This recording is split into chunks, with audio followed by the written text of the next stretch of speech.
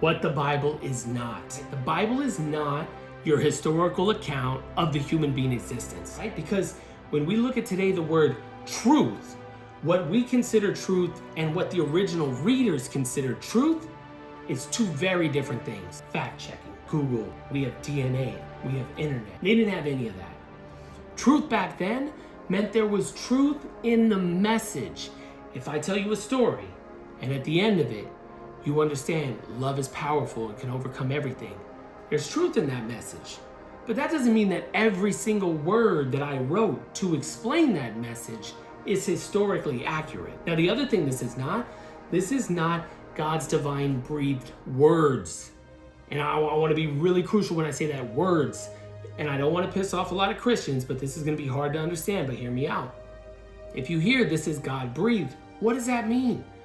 Does that mean every single word is precisely how God intended? Because the Bible is translated into multiple languages. So what if I told you the Hebrew word that actually most translates to the word messenger in an English Bible a lot of times says angel? So which word did God intend? Messenger or angel? Or both? Now if I tell you Jehovah, have you ever heard the term Jehovah? Because I grew up in churches where people talked about Jehovah. Jehovah was actually a mistranslation because they misunderstood the Hebrew word of Yahweh. Yahweh's the name of God in Hebrew. But in the old Hebrew, they didn't actually write the vowels, only the consonants. So when they translated Jehovah, they got the translation wrong because they got the vowels wrong. So was that God's divine breathed mistranslation? Now this is probably where a lot of Christians are going, yo, bro, turn this dude off. This guy's all about heresy, blasphemy. No, I'm all about this being divine. Okay, hear me.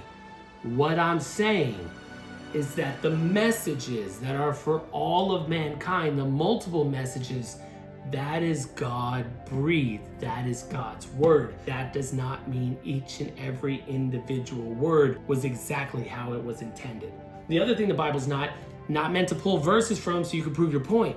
I hear so many people quote the Bible by verse and chapter. They're doing it to prove what they believe to be true.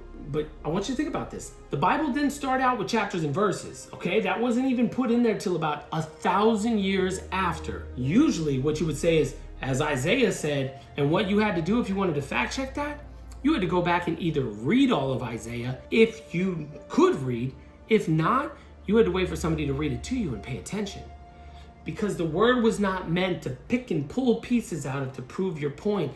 It was meant to be an incredible piece of literature that you take all of it in and you breathe it all in because it's God's message.